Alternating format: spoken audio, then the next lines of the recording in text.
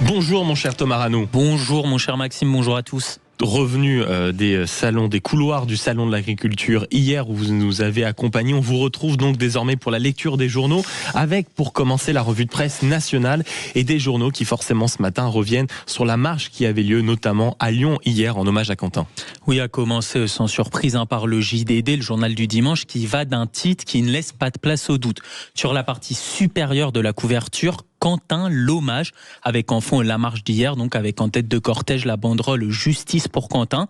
Sur la partie inférieure de la couverture, ultra-gauche, la honte. Cette fois-ci, on y voit en fond une contre-manifestation avec une banderole « Ici, on ne pleure pas les nazis ». Le JDD revient donc sur cette marche d'hier. L'hebdomadaire parle de plusieurs milliers de personnes qui ont défilé dans le calme, même si il rappelle aussi que la préfecture a signalé des insultes racistes et homophobes ainsi que des saluts nazis. La justice sera d'ailleurs saisie pour ça, même si l'organisation conteste fermement ces faits. Dans ces pages, le JDD revient aussi sur l'histoire de la jeune garde et détaille notamment de nombreux cas lors desquels l'organisation a fait part et même revendiqué des actions violentes depuis sa création en 2019. Article écrit sous la plume du camarade Lucas Planaverne qu'on retrouve régulièrement dans les débats du samedi, ici à ce micro sur Sud Radio. Et de cette marche, on en parle aussi forcément dans l'autre hebdomadaire du dimanche, à savoir La Tribune. Et le journal va même lui jusqu'à parler de poison Mélenchon. C'est ça, avec en couverture le portrait du leader insoumis. L'hebdomadaire raconte le récit de la semaine de bascule des insoumis. Selon La Tribune dimanche, en refusant de se désolidariser de Raphaël Arnault et de la jeune garde, le triple candidat à la présidentielle a suscité l'indignation générale, de quoi mettre mal à l'aise les potentiels alliés des insoumis à gauche lors des prochains scrutins. Yannick Jadot, par exemple, prend la parole dans les pages de l'hebdomadaire. Mélenchon doit faire des clarifications nécessaires pour rester dans l'arc républicain, selon lui.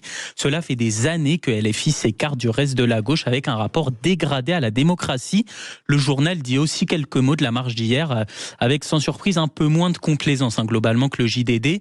Il parle de plusieurs centaines de visages masqués, de saluts nazis aussi et d'insultes racistes. Et puis tout autre sujet à la une du Parisien aujourd'hui en France, c'est un sujet assez touchant sur les blessés de guerre en Ukraine. Oui, alors qu'on arrive au 4e anniversaire du déclenchement de cette guerre, c'est après-demain, le quotidien fait un focus sur des personnes qui ont été amputées et défigurées durant ce conflit. C'est le cas d'Alina par exemple, qui flânait dans la ville de Kherson le jour de la Saint-Valentin en 2024 et a reçu des éclats d'obus qui se sont incrustés dans la peau de son visage et n'a depuis pas plus du tout la même apparence forcément.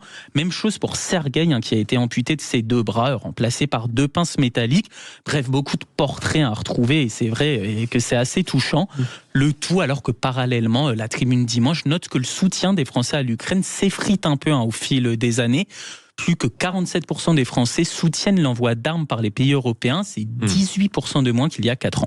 Venons-en désormais à l'autre gros sujet du week-end que vous suivez bien sûr attentivement ici sur Sud Radio. C'est évidemment l'ouverture du salon de l'agriculture. C'était hier. Bah oui, bien sûr, on en parle un peu partout dans nos journaux. La Tribune dimanche consacre par exemple un dossier de 8 pages sur ce salon, pas comme les autres, qui en l'absence de bovins a dû être complètement réorganisé.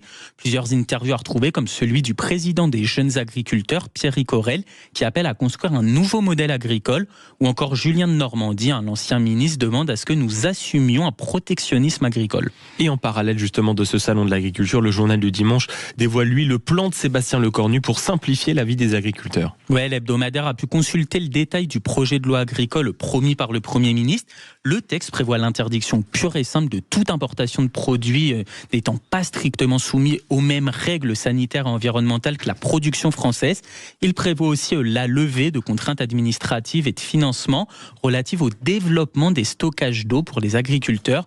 L'objectif de toutes ces mesures, globalement, c'est de répondre aux inquiétudes des agriculteurs, notamment par rapport au Mercosur.